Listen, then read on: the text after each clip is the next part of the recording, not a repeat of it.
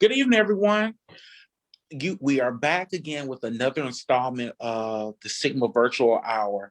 I am so excited about what's going to go on today, the topic that we're having today. Like, this is something that's near and dear to me because I don't know much about it. So today, I am learning and educating myself along with you all. We have some incredible individuals here who have experience and knowledge in this area that are going to educate us on what to do, how to do. So today we're talking about stocks, bonds, investments, whether it's real estate, crypto. We're just going to run the gamut today. So I'm asking you to ask your questions. We have a few questions already here, already set up, but I'm excited about today. Get ready, grab a pen, grab a paper, grab some paper, get your laptops out.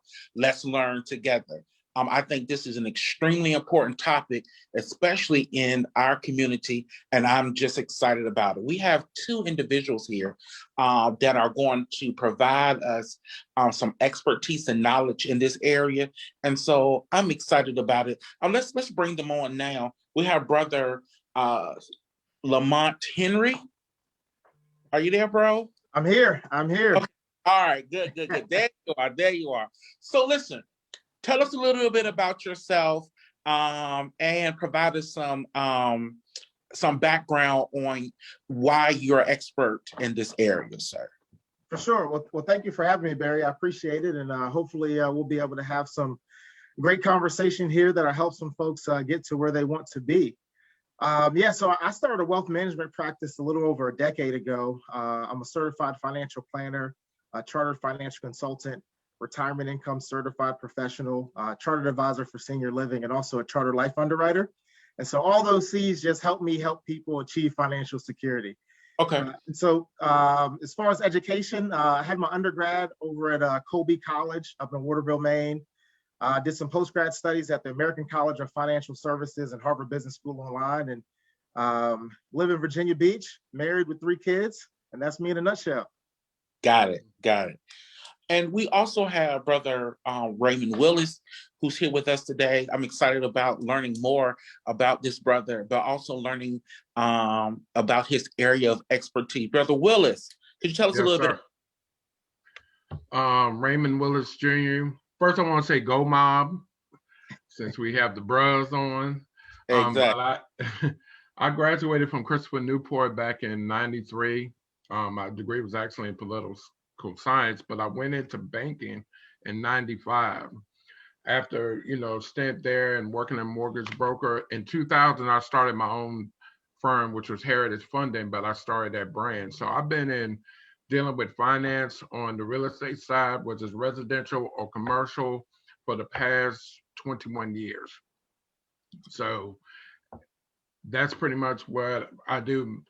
Specifically today, I do mostly commercial, but I've done everything on the residential side, and also a ton of flips with different entities I had. So when it was in the financial world, investment world, I've been at it, but mostly on the real estate side. Well, let's just stay right there with the real estate. Okay. What types of real estate investments are available, and how should I choose what market to go into? Well, really, it depends on what you're doing. Now, if you're trying to fix and flip, the best thing is to go into a middle class area, because a lot of people think the best area to do is like renovate an area that's in the hood, which is nice and good, but you would have to renovate a lot of properties. But you want to think about the marketability.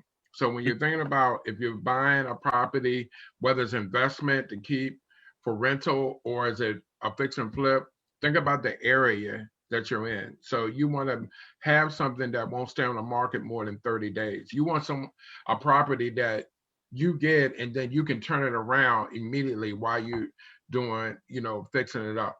The best type of properties to buy, if you can get them, are foreclosures. Bid on the foreclosure, set up a budget, and base your numbers with trying to get a 20% return. And that's always a rule of thumb. So if you're getting it for 50, for an example, you're putting 30 in, that's 80, it's worth 100.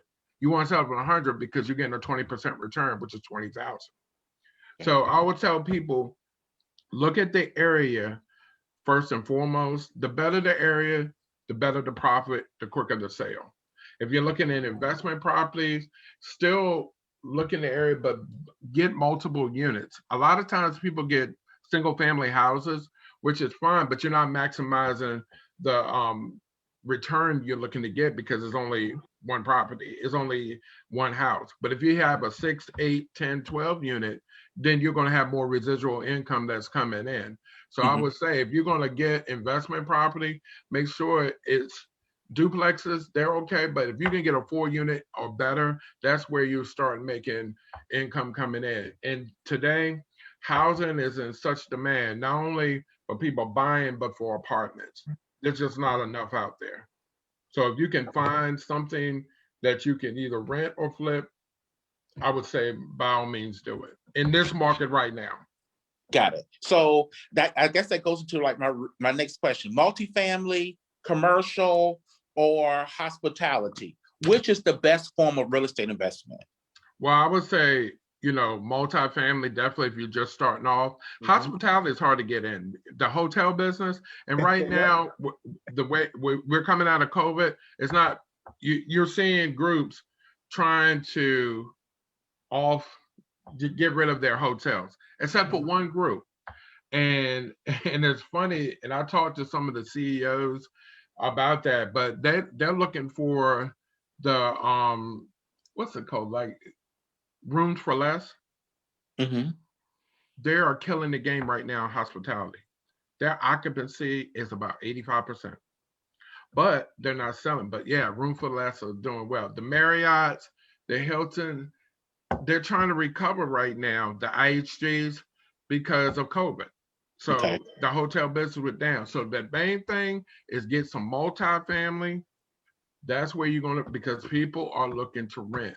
So if you can find units for sale, like I said, 4 units and plus, you're winning. You're definitely winning. I wouldn't say commercial when you're talking about office, that took a hit too because everybody was working from home. So it's starting to come back, but you can't lose with going after rental properties and actually renting. It is in a high demand right now. People are looking for housing. People are looking to rent. If they can't own, they're looking to rent. And the demand is right now back. I'll tell you, it's starting to look like 03, 04, 05. When you have a property, and I ran into this some for looking to flip, and you put in for a contract and you're competing against 30 people, that remind me of the days of 03, 04. Yep. And so everybody wants to know, do I need any capital when I'm trying to invest in real estate? And just give us a few tips on what every real estate investor should know. If you're going to capital, I would suggest having it, but there's programs, if there's hard money lenders, if you're looking to fix and flip, that you don't really need the capital. Some are based on the deal. If the deal makes sense, like for instance, I'm gonna use that same situation. If you're buying a property for 50 and it's worth 100 and you can put 20 into it, then people invest in the deal because it makes sense. They're not going over 75, 80%. And what I mean all in, that includes your acquisition, your fix up, as well as closing costs. And they may charge you points on the back end. So I always said, you can do it with no money. Now, this is no Carlton sheet, so no infomercial. The deals, anybody will invest if the deal makes sense and how you negotiate it. So, bigger properties, you want to have equity in there. You do, because if the more equity you put in, when it's talking about apartment buildings, 8 units or plus, then the more return you'll get on the back end. So I have a question. What are some of the different types of entities that you can invest your money in, Brother Henry? And so I guess, can you elaborate on the question? So when you say entities. Sure. So like stocks, bonds, Understood.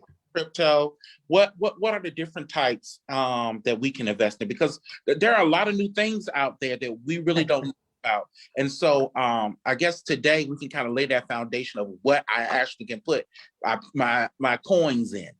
Yep, absolutely, absolutely. Well, so there's a plethora of ways that you can invest your money, and you mentioned just a few of them right there, Barry. And so most folks are thinking about the main types of ways to invest, right? So stocks, bonds, mutual funds, ETFs, which are exchange traded funds, things like that. And so that's more kind of traditional investing.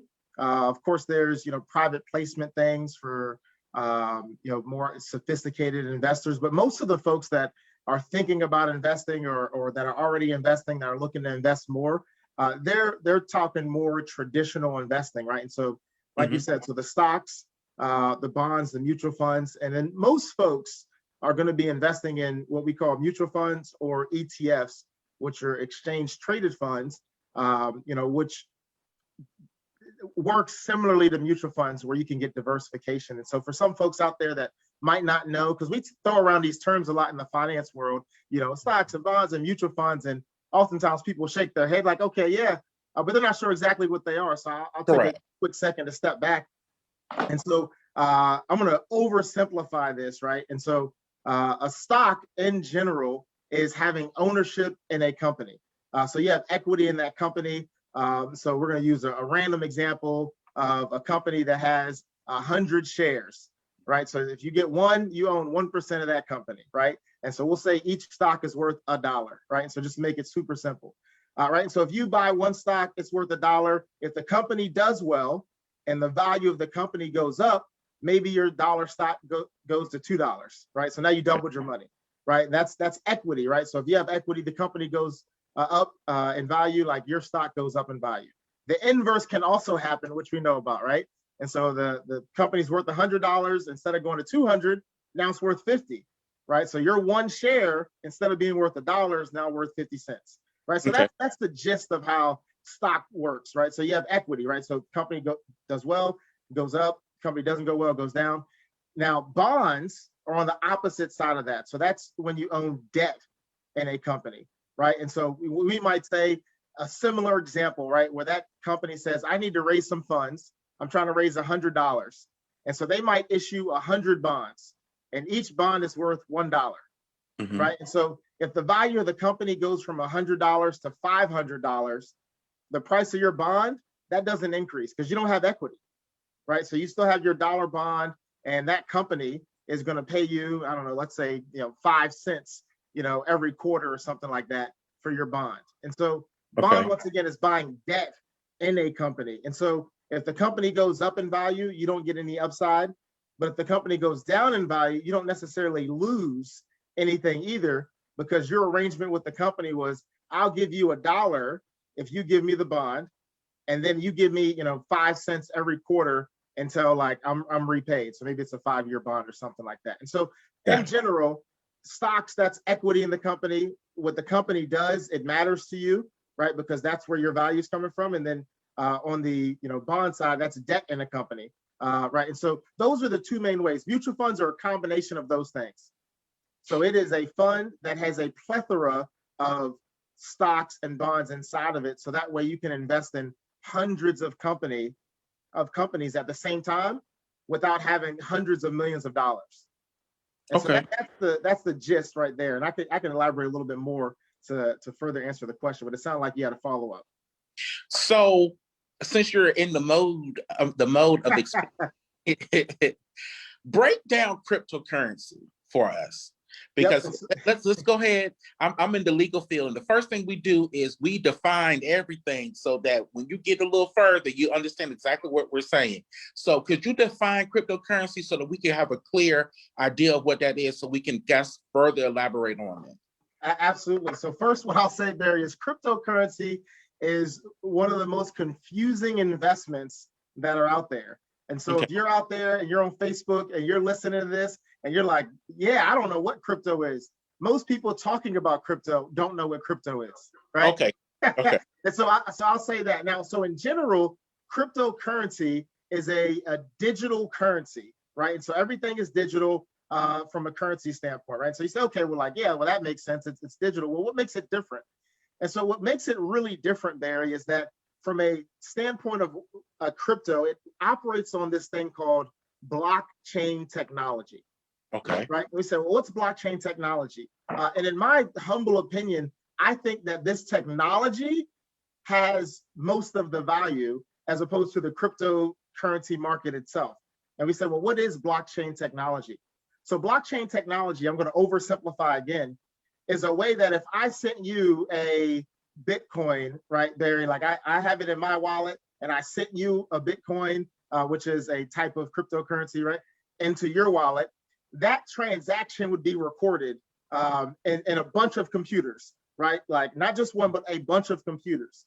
And anyone, anywhere can see that money came from my wallet, from a Bitcoin, and went to your wallet as a Bitcoin, right? And then whatever you do with it, that there's always a trace of what's happening with the money, right? And so even though there's always a trace of what's happening with the money, it doesn't mean that we know who is sending the money and who's receiving the money. That could be anonymous. That's why people are really liking it.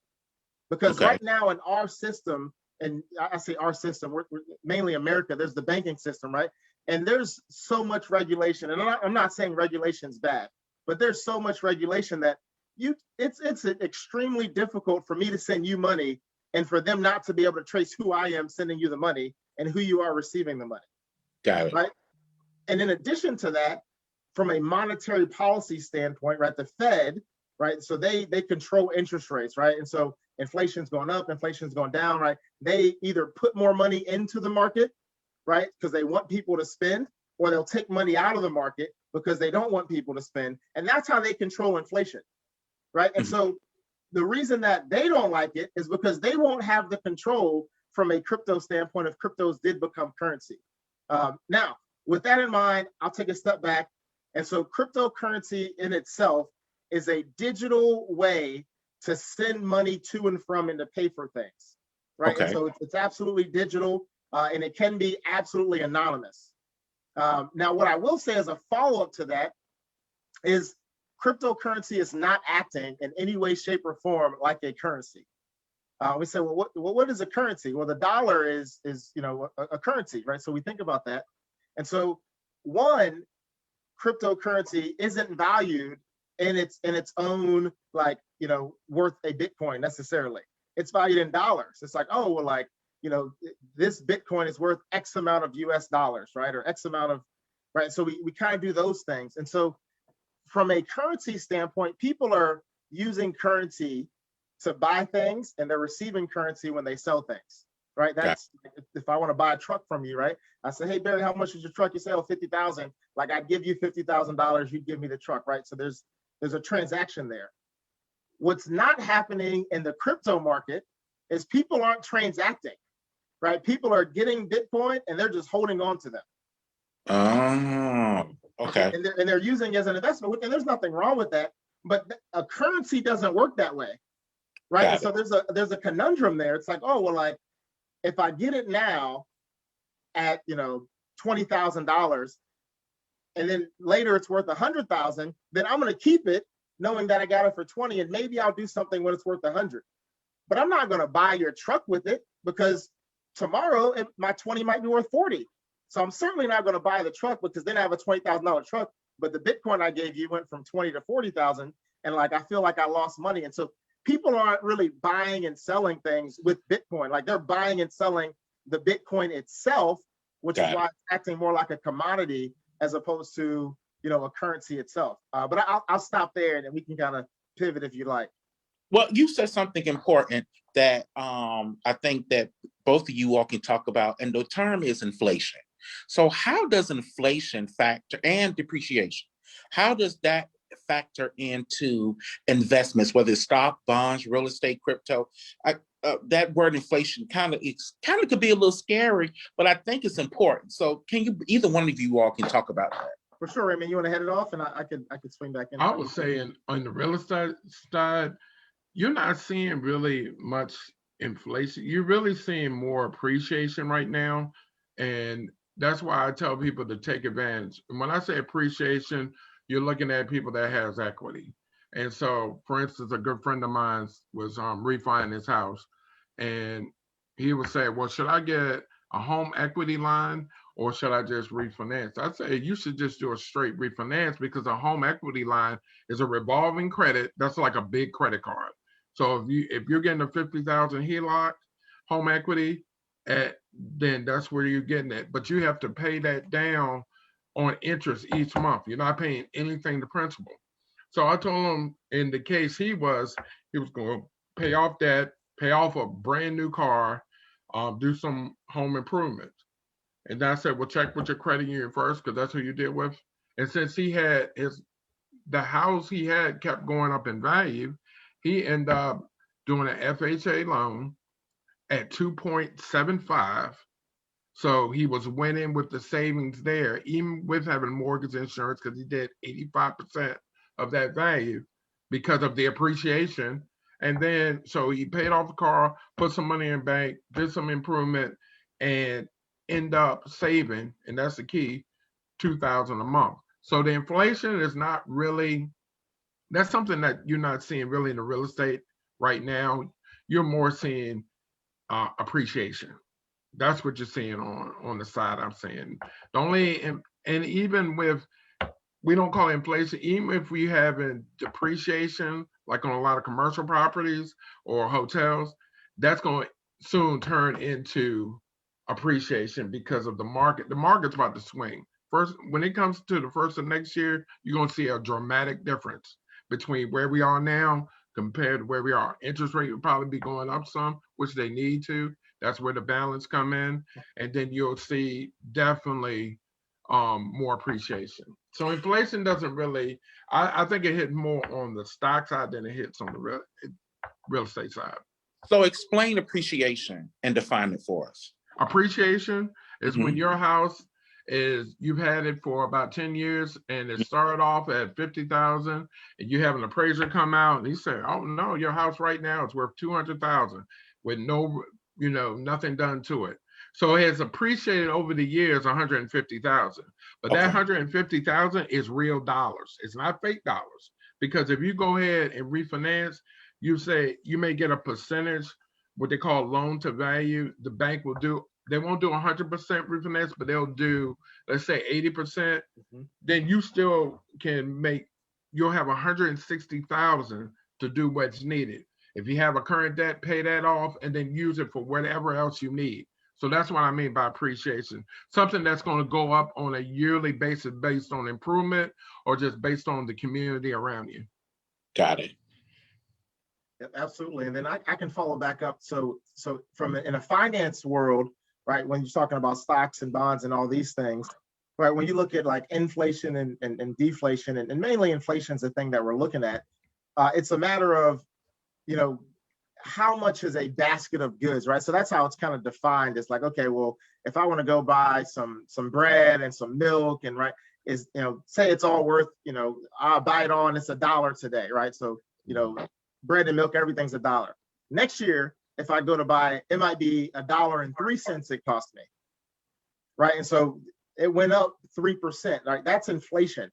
In its truest sense is like, it's going to cost you more to buy the same thing, right? Literally the same, I'm a Cowboys fan, right? So I've got this little tumbler. And so, right, this might be $5 today, right? But like 5 years from now, it might be $10 to buy that same cup. And so from an investment standpoint, the reason that's significant is when we think about retiring or being in a position to retire or to not have to work, whatever that may mean for us. And I think we have some questions where we'll talk about passive income and working for your money and have your money work for you and all that stuff in just a second. But as we're looking at all that, it's, if I have $100,000 today, and I think that I'm going to live off of $100,000, what feels like that in today's dollar, when I'm retired, like I've made a gross mistake, because 100,000 20 years from now is probably going to be able to buy what's worth 60,000 today. And so if we have money, that's why we don't want to just leave it like in our bank, not earning anything, or under our mattress, is because we at least have to beat inflation to just be able to buy the same things, right? And so inflation's somewhere around 3% historically is where it's been, right? And so if you're not getting 3% on your money, then if you go to buy something, 10 years from now that you would have bought today, like you're going to take a loss on that. right? And so Mhm. so that's kind of what inflation is things that are costing more, even though it's the exact same thing that you could have bought like last year or the year before. Got it. So, of course, my baby is the Sigma Beta Club. And the first thing I think about is how can we affect the next generation? And so, how can we get our children, the next generation, involved in investing in stocks? What can we do? And that's for both of you all. I Sure. would say the first thing is teaching them how to open up a savings or a checking account. Let's start with the basics, because a lot of I look at my daughter when she opened them, she understood, you got to understand that, okay, if you got money, where you going to put it in? You're not going to put it in your mattress. You're going to have to put it. So I would start with the basics is, okay, you have money, set up an account. And then you was like, okay, if I get an allowance, then I'll put X amount in that account. It's not about trying to get a return. It's about having somewhere where you don't just spend, you got $100 this week. Well, let me say $50 this week. And next week, you only got $5. Having somewhere to put the money. So I would start kids off with understanding and having a place to having a savings account to put their money in, getting them with a bank, and you can go as a parent, take your child and set up an account. Y'all have to be on the account together. I would start right there, because a lot of times you'd be surprised how many people don't even know how to write a check in today's time. They don't understand, because everything to this day, if I'm gonna pay a bill, I'm just go online and do it. So the basics have gone away, but we still need those basics, because if your computer crashes, your bill is still due, you're gonna have to write a check. You're not going to be able to pay it online if everything is down. So the important is start by having, I would tell any teenager or child, start them with an account, savings account. Let's start there, and then showing how to use that. Then you can move on to going to stock. I'll let Lamont take it from there.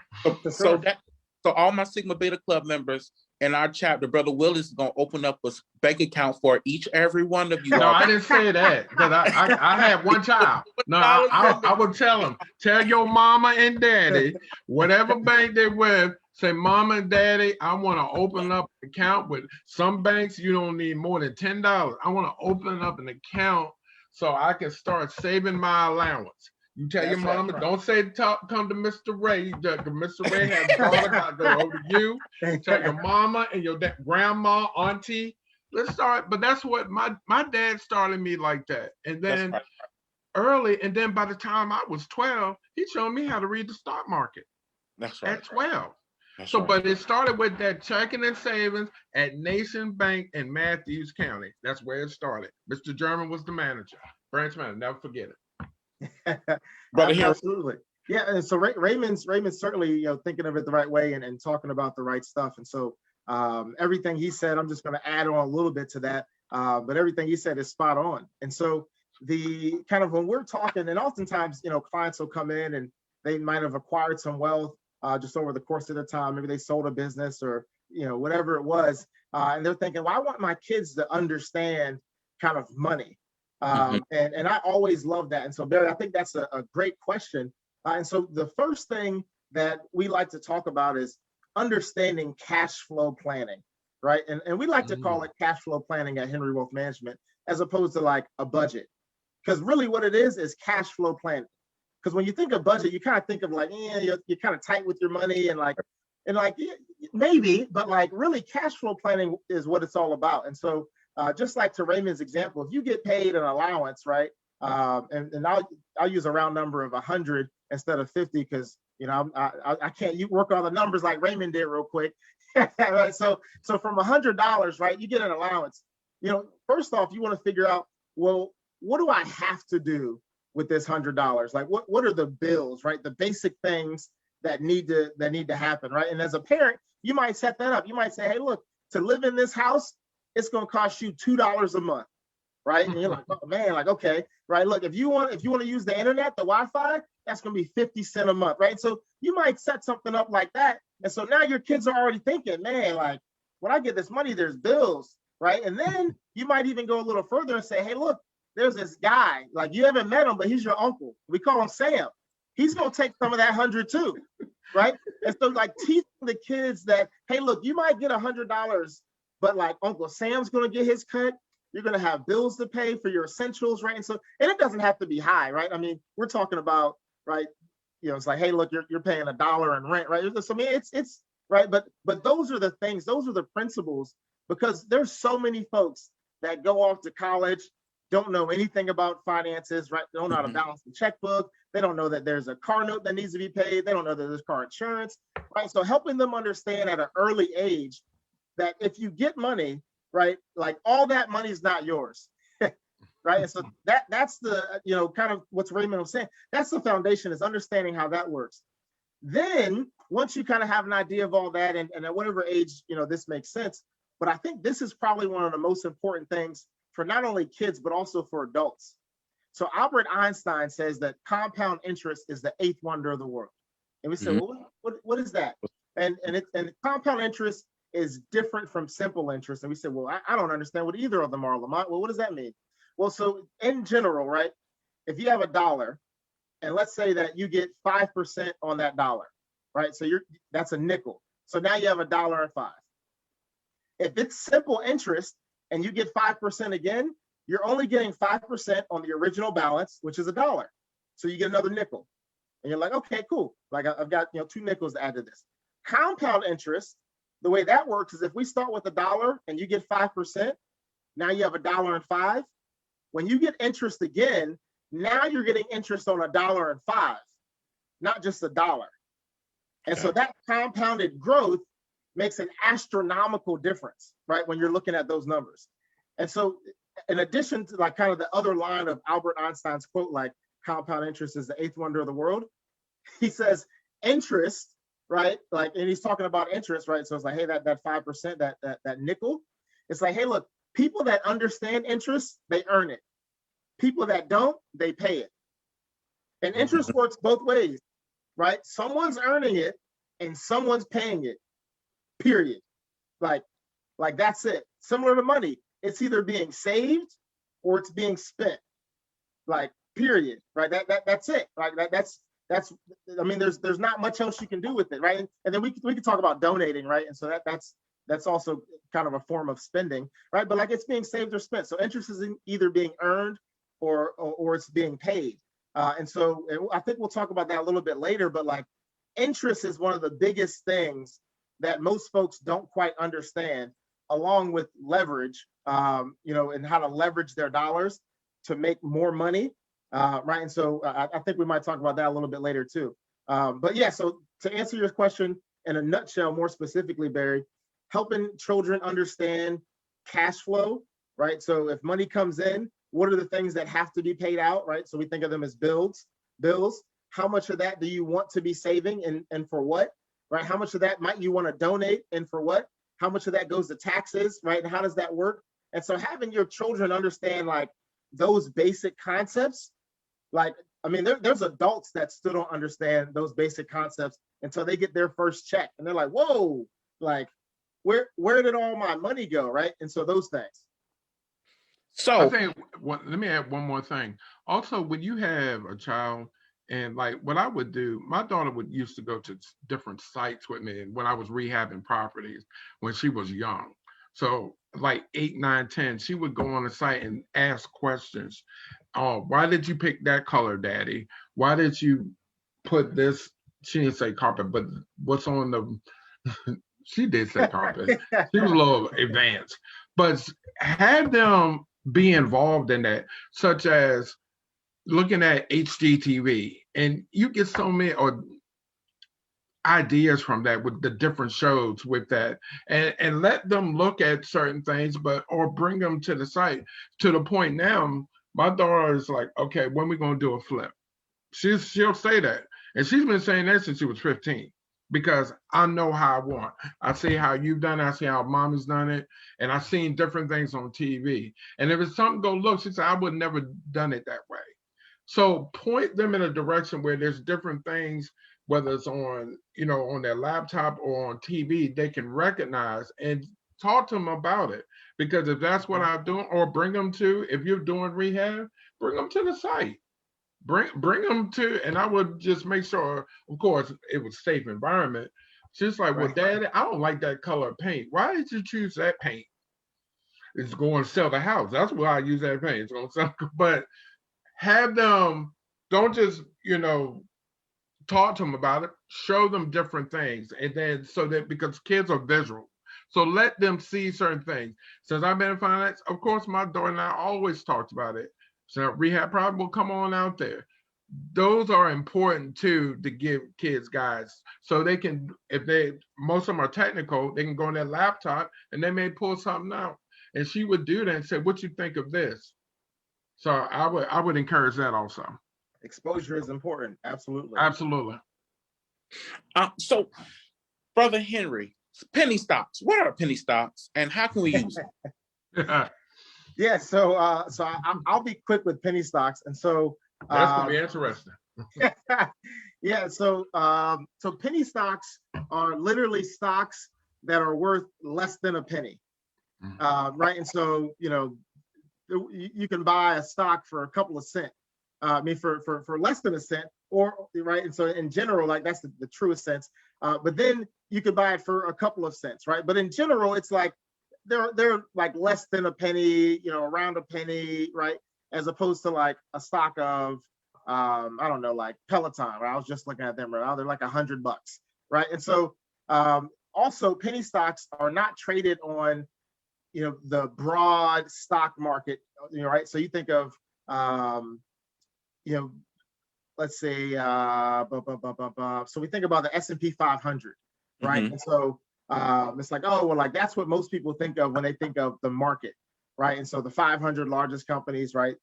They've got some type of credibility. Doesn't mean they're all the way, right? But some type of credibility. They've reached this, level where their market capitalization makes them one of the 500 biggest companies, right? And so there's some credibility behind that. Penny stocks haven't gotten there yet, or maybe they'll never get there, but they're extremely volatile. Extremely volatile. And so from an investment standpoint, so when we talk about portfolios, right? And so let's say that I'll use this $100 thing again, right? And so if we have $100 and we're trying to figure out how to invest, my general rule of thumb is that we don't invest any more than 5% of our portfolio. So in that scenario, $5 into speculative investments. Right. And so that's where there's just a significant amount of risk. And there's not really a rhyme or reason to like what's going on. Right. Like it's just, it's just like, like this, maybe it'll work, maybe it won't. Like if it works, like great. If it doesn't, like, right. Cryptocurrencies are speculative, right? There's an extreme amount of fluctuation. Penny stocks are also like speculative, extreme amount of fluctuation, right? And so as we think about those things, those are more speculative investments, right? And so you don't want a significant amount of your portfolio in those types of investments because maybe they blow up in a good way, right? And they go to the moon, like they talk about Dogecoin, right? Going to the moon, right? So like maybe that happens and maybe you have some dollars in there and you're like, that's great. But imagine if you put your entire retirement into something like that and it just went to zero, right? And it's like, oh man, like my $500,000, my $1 million portfolio literally went to zero.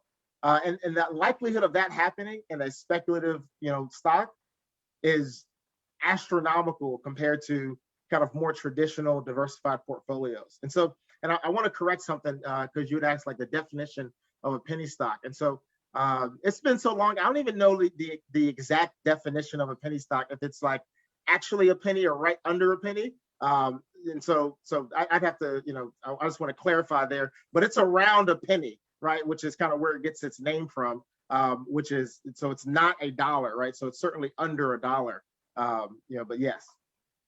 So you said the word volatile.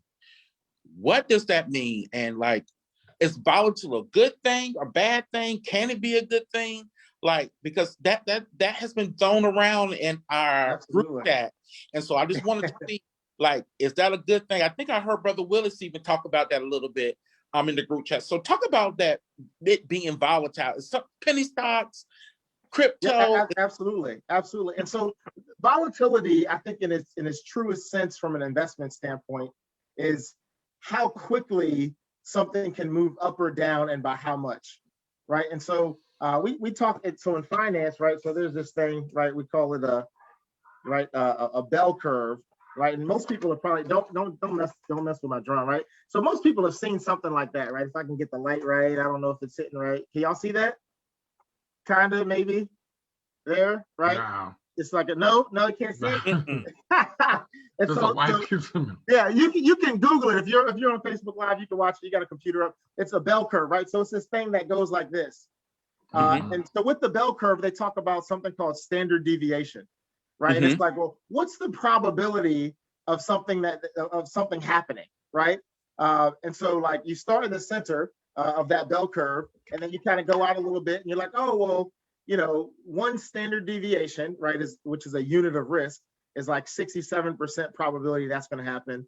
And you can go out more and more from there. And so the reason I bring that up is to say volatility is really about how quickly a particular, thing, right? In this case, we'll talk about a stock goes up or down, and by how much, right? And so going from 100 to 150 or 200, or 100 to 50 or 0, right? Like that's, if that can happen over the span of a couple of days, or does happen over a span of a couple of days, that would be considered volatile, right? So if you think of the stock market doing something like that, that's where the word volatility comes from. There's more stable things that we would call less volatile.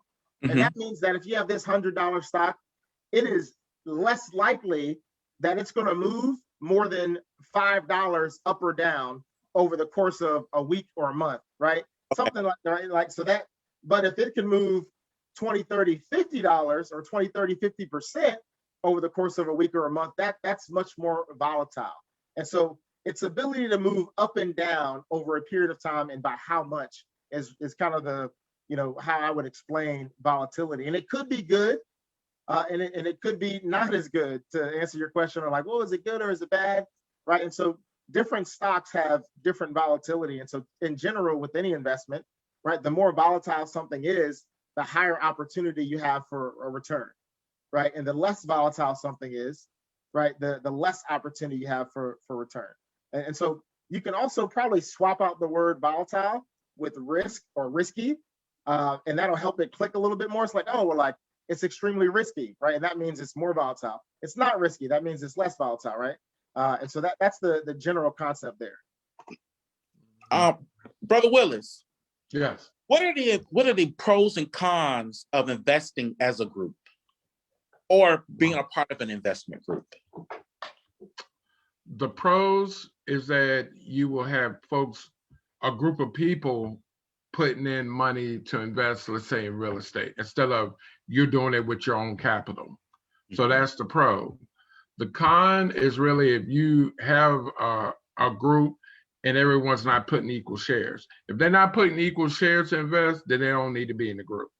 It should be equally done. Let's say if you're going to raise, let's say $5,000 and there's 5 of you, then each one should put in $1,000.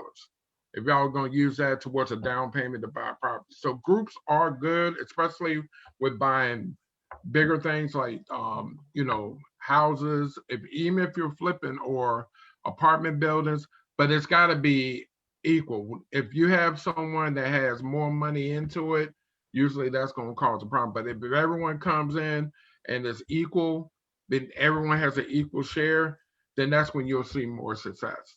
Because the person that puts in the most money, they're going to want the most control. They're going to have the most say. Yep. And then, but you want to have it equal, put an LLC together, and everybody be members. Not a corporation, a LLC. Reason why I say that, corporation have officers, LLC has members. You can take a member on and off. Corporation, if you have officers, you got to vote them on and off. So have an LLC, put everybody on there equally, and there you go.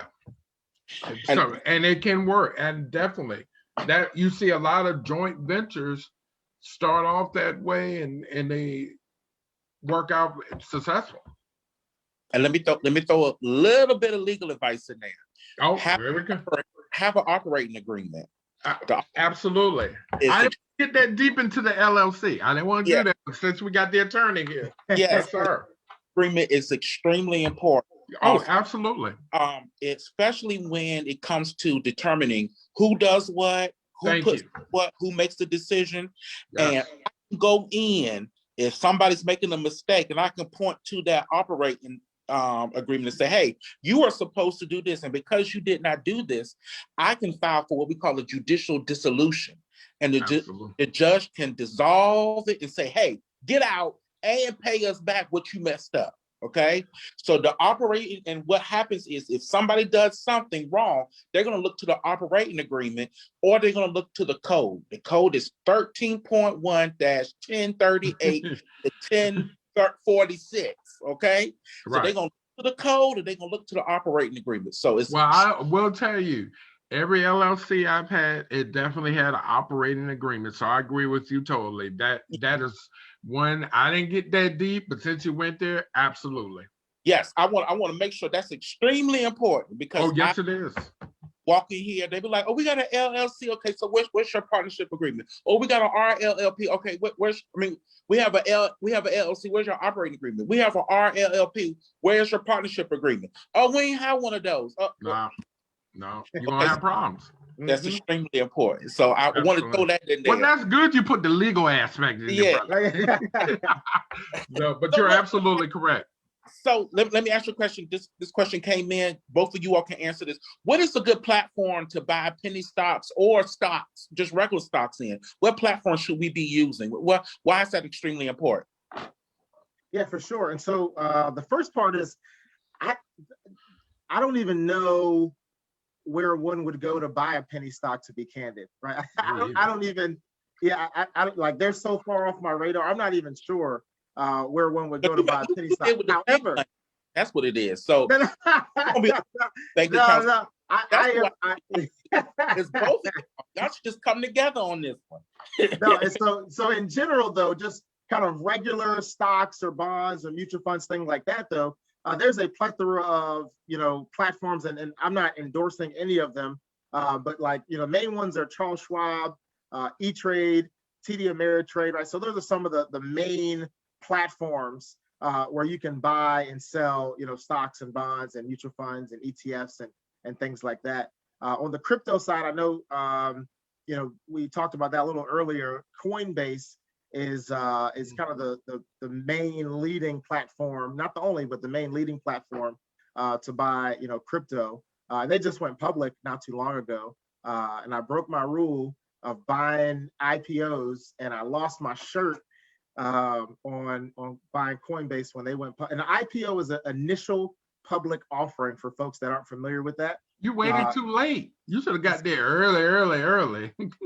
Yeah. So it didn't matter. I mean, I literally bought the original shares of Coinbase. It was supposed to be set at 250. By the time they IPO'd, it was like 333, and I bought like the original shares, and it dropped like crazy. And so I think it was like 150 or so. And so here's a strategy for some of you guys, right? And so there's something called tax loss harvesting. And so if you're investing, this is something that you'll at least want to know about, or if you're working with an advisor, make sure that they're familiar with it and they know how to use it. And so in this particular scenario, I bought a sizable portion of Coinbase. And so bought a bunch of shares, at like 330, I think is what I bought at. And I ended up selling them because they just kept dropping down. And I was like, okay, well, here's my opportunity to offset some of my taxes. And so I bought them at, say, 330. I don't remember exactly what I sold them at. Maybe it was like, 250 or 220 or so. We'll call it 230, right? So I took $100 loss on all the shares, right? And so what happens is I took that loss and I get to write that off on my taxes against all the other gain I have in all the other stocks. Okay. Right. And so I did that. So I took that loss. But then what I did was I bought a call. And so a call is a type of option, which, most folks might have heard of options before. And so it's not buying an actual stock. It's buying the ability to buy the stock in the future, or buying the ability to sell the stock, right, in the future, right? However it goes, buy or sell. But what it did was I said, hey, I bought this option that says, hey, you know what? I will buy back Coinbase at X amount of dollars. And I want to have the capability of doing that. I want to be able to buy it back at, say 240, right? And so right now, if it's worth 220, like there's no way I'd want to buy for 240. But if it goes from 220 back to 350, I have the option of buying it back at 240, and I can immediately sell it for the 350 if I wanted to, right? And so it was a way to hedge against my losses. I was like, hey, look, I took this loss. I don't want it to be a forever loss. And so if the stock goes way back up after I sold it and I took my tax kind of benefit, I want to be able to buy back in and still get the gain. And so that's a strategy for some investors as well. Oh, that was good. So one of the people said something about Cash App, Robinhood, and Coinbase. What are those? Are those for penny stocks or are those for regular stocks? I've seen Cash App. I mean, Cash App does Bitcoin. Robinhood does all the investments and all that. Lamont, I use sometimes Webull, or I just have my financial advisor, to be honest. But I use Webull, do some things on there. There are different formats. It just you really got to be. I would tell anyone, you just got to be careful. Robinhood has been very controversial. Yep. Especially lately, they've had a lot of legal situations. So I would be people not being able to pull their money out. You really just got to do your homework on that. I'll just say it on my end. And you can Google some things about Robinhood and not saying anything bad, but do your homework. For sure. So earlier we talked about passive income, right? And so how can dividend stocks create passive income? And let's just talk about dividends. So how should it be paid out? And should I go with a stock that pays monthly dividends? And should I use the dividends for passive income? Yeah, so I think that depends on your goals, right? And so dividends in general, right, for folks that aren't familiar with them. And so we talked, or we at least alluded to it a little bit earlier. It's when like a company, you own some of the company. So from like a equity standpoint, and they're giving you a dividend because you own some of them. Or it could be that you own some debt in the company. So you own a bond and they're paying you a dividend. But it's essentially some type of systematic payment that you're receiving is what a dividend is. And so most folks that are in their acquisition part of their plan, which means that they're acquiring money, right? As opposed to like taking the money out that they've acquired, right? And so when you're coming into retirement, right? So from, however old you are, 20-ish to 40, 50, 60-ish, when you start, taking money out to live off of, right? In that kind of space, like it doesn't make a ton of sense to have like dividend producing stocks, right? Because the way that a stock grows is really twofold. The first way is you buy it for $100 and the value goes up. Now it's worth 110, right? And so there's $10 of growth, which we call appreciation, which Raymond explained a little earlier, right? And so the stock appreciated by $10. That's one way you can earn money in the stock market. The other way is from dividends, right? And so you buy the stock at $100, and instead of the value going up to 110, they just gave you 2 dividends over the course of the year. They gave you $5 on January 1st. They gave you $5 on July 1st, right? And so like you still got your $10. It was just paid out differently. But those are the 2 ways that you can earn money kind of, in the stock market. And so from that standpoint, where we talk about, okay, well, does it make sense to have dividend paying stock or doesn't it? It depends on your goal. So if you're trying to accumulate as much money as quickly as possible, then you probably don't want to look at dividend paying stocks. You probably want to look at growth stocks, right? Because the growth is likely going to be higher and they're going to be more tax efficient for you. What about stocks that split? Like if I buy 4 and 1 year they'll split and I'll have 8 or stuff like that, things of that nature. Yeah, for sure. Do you think, how do you feel about that? And are they still doing that? Yeah, so yeah, they still do that, and it doesn't matter as much if the stock split, because it's still kind of worth the same to you, right? So if you bought the stock, my prime example, $100, and it's split, instead of having one stock worth $100, now you have two stocks worth $50 each, and so you still kind of have the same value. So it doesn't matter as much if they split, but oftentimes a stock will split, so it's kind of more the appeal is greater to the common investor, right? Like I don't even know where it is now, but Berkshire Hathaway was worth like, one stock was like $250,000. It's probably 300,000 and some change now. But like it's like like somebody off the street's not going and buying a couple of shares of Berkshire Hathaway for $250,000 a piece, right? And they're not worried about it. But like if the stock was worth 20, 30, 40, $50, right? Somebody might say, oh, well, like, yeah, I'll get a share of that, right? That it's more appealing to the average investor. And so that's oftentimes why stocks are splitting. But from the value standpoint, it ends up being the same. You just own more shares, but your dollar amount, of equity is the same. So what is a strong, balanced investment portfolio? Yeah, absolutely. And so that's a great question. And so I'd say probably the first thing that you want to think about is how much risk you're willing to take, and how is this investment portfolio tied to a particular goal. Okay. And so as you're thinking about that, if you're thinking about sending your kids to school in 3 years, you're probably not going to take as much risk as if you're looking at retiring in 30 years, right? And so so understanding how much risk you want to take is the first part. And then once you know that, then it's a matter of diversification. And we say, okay, well, people throw around that word and that term, like, what does that actually mean? And there is such a thing as over diversification, but let's talk about what diversification is first. It's literally having your money split in different asset classes. And we say, well, what's an asset class, Lamont? And so in general, there's the standard, roughly 9 of them. And so there's what we call small cap, mid cap, large cap, international, emerging and developed markets, real estate, commodities, fixed income, and then some people count cash as an asset class. But so those are in general the main asset classes.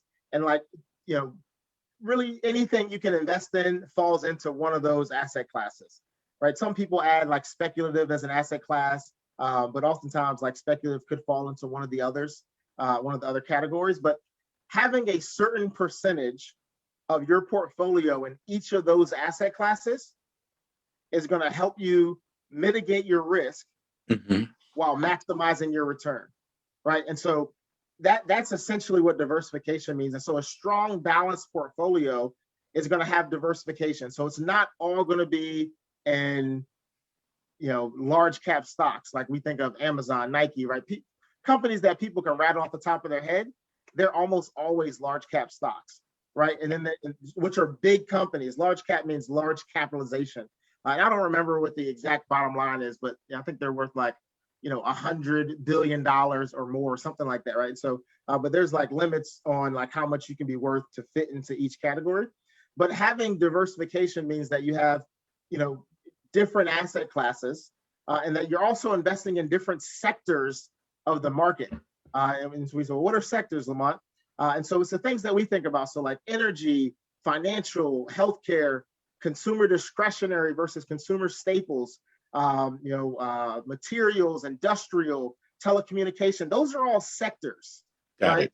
And so when you're diversified, you want to have your asset class diversification. You want to have your sector diversification, right? And so there's a couple of layers to it. But what that does is it keeps you from investing all your money in Enron or Blockbuster, right? You're like, oh, those are two companies that are really no longer here, right? And so making sure you're diverse keeps you from investing all your money into a company that seems like it is the thing, right? Like right now, but might not always be the thing. Netflix is a good example of a good company, right? So Netflix went to Blockbuster when Blockbuster was the deal and said, hey, you want to work something out? And Blockbuster was like, nah, we're good. You guys are crazy. And now, like, Netflix is in a world of its own, and Blockbuster is non-existent, right? And so you don't really know, because at the time, most people would have been like, oh yeah, Blockbuster is Blockbuster, right? Like, and I think I'm aging myself a little bit, but like, it's like, oh yeah, it's Blockbuster, right? But then there's, and so you've got to think of that as you're investing, because things change. Technology changes things, just like the world changes.